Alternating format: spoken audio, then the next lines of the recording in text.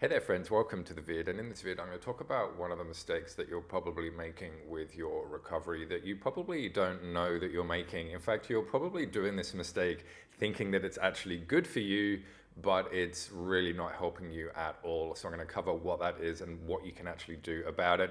And if you are new to the channel, welcome. My name is Dan and I help people recover from DPDR using either one-on-one coaching or the Freedom course. And if you are a subscriber, then welcome back. Let's get straight to the point. You've already done a lot of research. You've got this whole kind of mammoth bucket or list of stuff that you've got to do. And so what do?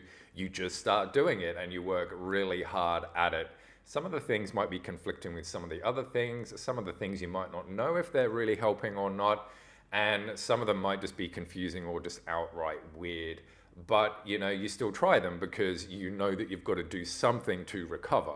So what is the mistake that a lot of people fall into, and you are probably falling into this too?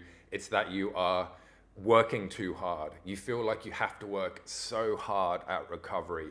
Everything you do, everything you think, just everything about your life all has to run through this filter of recovery.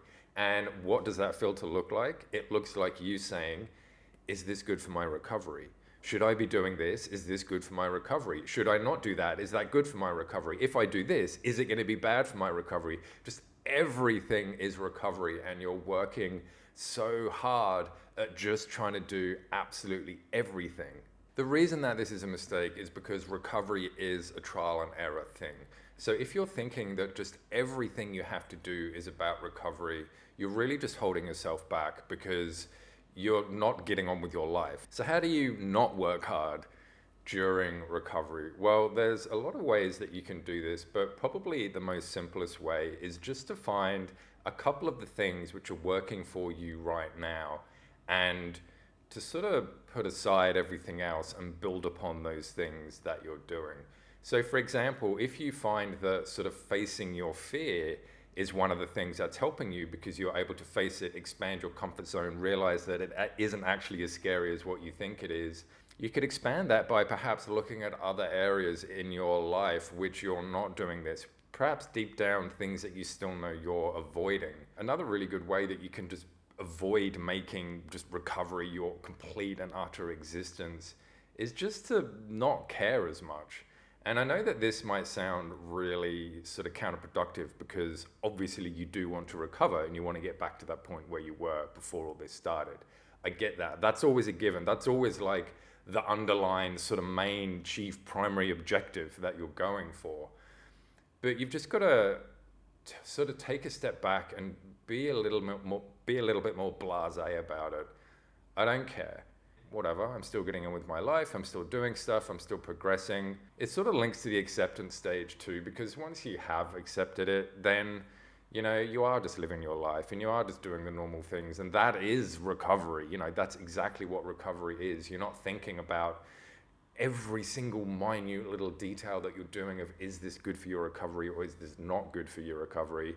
You're just living your life. You're probably thinking, well, yeah, that all sounds great in theory, but how do I actually freaking do that when I've got 24/7 DPDR and I'm having a panic attack every day? First of all, you have to know how to respond to the panic attacks and to the DPDR, which is something I talk about in the Freedom course. And this response is going to get you to a point where even if the symptoms are there and even if you're still feeling anxious, you're not going to worry about them so much, and you're going to get into the habit of seeing them in a particular way, a way which is going to help you rather than hinder you, drag you down, and sort of take you down that rabbit hole where you react to your symptoms. And once you've gotten into the habit of responding the correct way, this is going to have a direct impact on exactly how these symptoms are going to affect you and your outlook on them. So the first step is to sort of manage your response around those symptoms.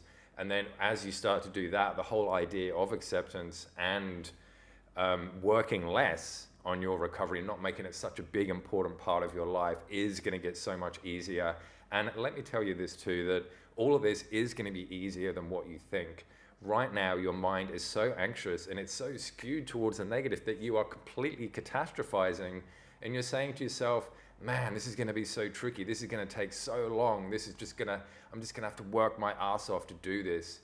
No, You don't have to do that. It's just the anxiety telling you that, like it's telling you everything else, which is scary right now. It's just one of those thoughts.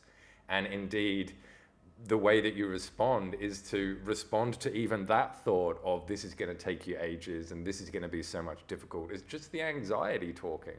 And so my friends, I hope this video has helped. If you do want to know more about the Freedom Course, then go check out the details in the description and a pinned comment. And until next time, I'll see you in the next video. Bye.